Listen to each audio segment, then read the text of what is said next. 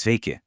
Ar kada teko susimastyti, kodėl atrodo, kad kai kurie žmonės tiesiog nepaklūsta laikui, o kiti, pasensta gerokai anksčiau nei rodo jų amžius? Šiandien mes kartu panirsime į paslaptį, kuris slypi ne tiek genetikoje, kiek pačiame mūsų mąstyme. Išsiaiškinkime, kaip paprastas požiūrio pokytis gali atverti duris į ilgą, sveiką ir džiaugsmingą gyvenimą. Šis rašinys yra paimtas iš žurnalo English Account Duty 2022 m. kovo-balandžio mėnesio numerio. Jo pagrindinis autorius yra Param Puja Pandit Shriram Sharma Acharya Ji, Gayatri Parivar įkūrėjas. Būtent jo išmintis ir įkvėpė šios apmąstymus. Ir pradėkime nuo vieno, bet esminio klausimo, kuris, manau, formuos visą mūsų pokalbį. Ar senatvė tai tiesiog neišvengiamas kūno procesas, o gal tai visų pirma yra mūsų dvasios ir proto būsena? Atsakymas į šį klausimą gali pakeisti absoliučiai viską. Tad pirmiausia, pažvelkime į pačią senatvės sampratą. Žinote, istoriškai tai buvo laikoma išminties korona, didžiausios pagarbos laikotarpiu. Tačiau šiandien daugeliui tai tapo baimės, vienatvės ir nevilties sinonimu. Kasgi nutiko? Kur dingo ta pagarba? Čia mes matome du visiškai skirtingus pasaulius. Tiesa, viename senatvė yra palaima, gilus pažinimas, brangi patirtis, o kitame, šiuolaikinėme, tai sielvartas, kančia, nusivylimas. Iš kur atsirado tokia milžiniška praraža tarp to, kas buvo, ir to, kaip senatvę dažnai matome dabar? Atsakymas, pasirodo, yra ir paprastas, ir kartu sudėtingas.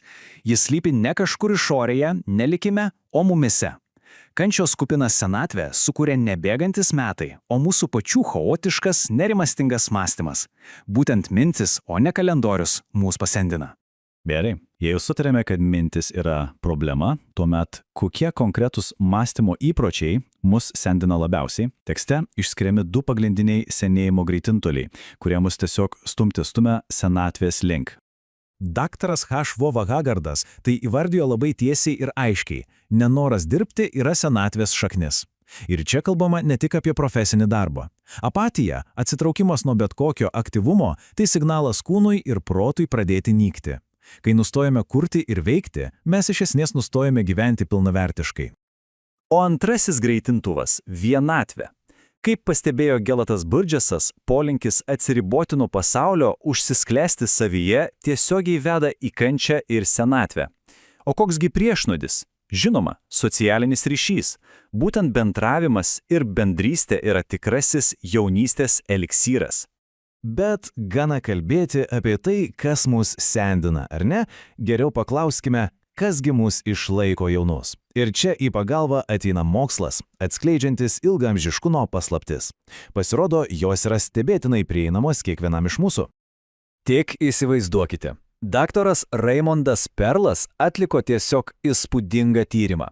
Jis išanalizavo net 5000 ilgaamžių sulaukusių 90 ir daugiau metų gyvenimo būdą. Tai ne teorija, tai 1000 nugyventų gyvenimų išmintis. Ir kokiagi buvo jo išvada?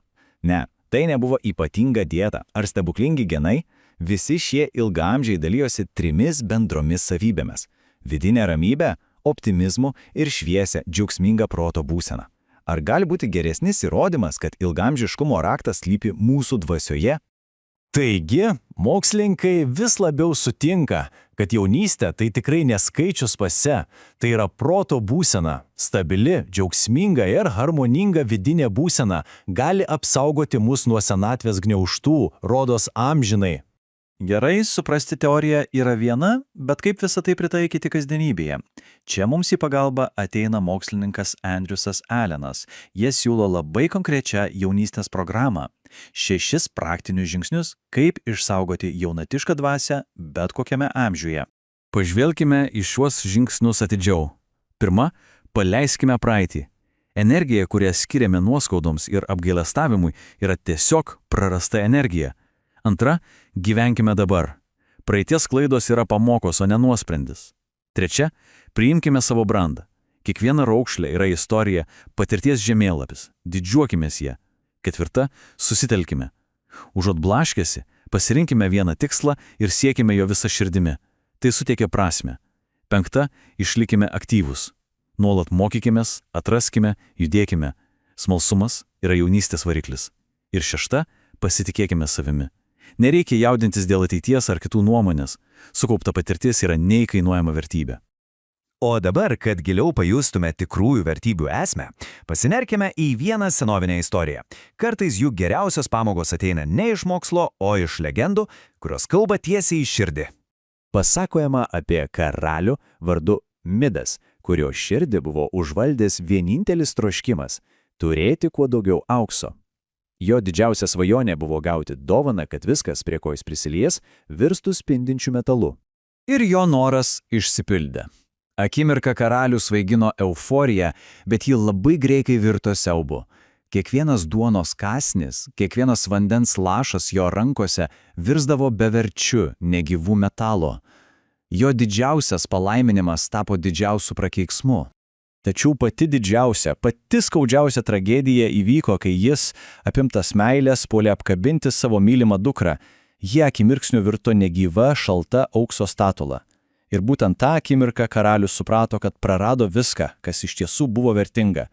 Visiškai palūžęs, Midas ėmė maldauti atimti iš jo šią pražūtingą dovaną.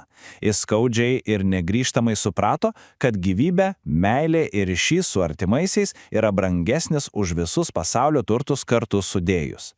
Ši istorija primena, kad tikrosios gyvybę teikiančios vertybės yra nematerialūs. Tad pabaigai klausimas apmąstymui kiekvienam iš mūsų. Ar savo kasdienybėje mes, kaip ir Midas, kartais nevaikame aukso, turtų, statuso, išorinio blizgėsio ir pamirštame paliesti tai, kas iš tiesų gyva? Koks yra tas tikrasis lobis, kurį kaupsime, siekdami ne tik ilgo, bet ir iš tiesų prasmingo gyvenimo?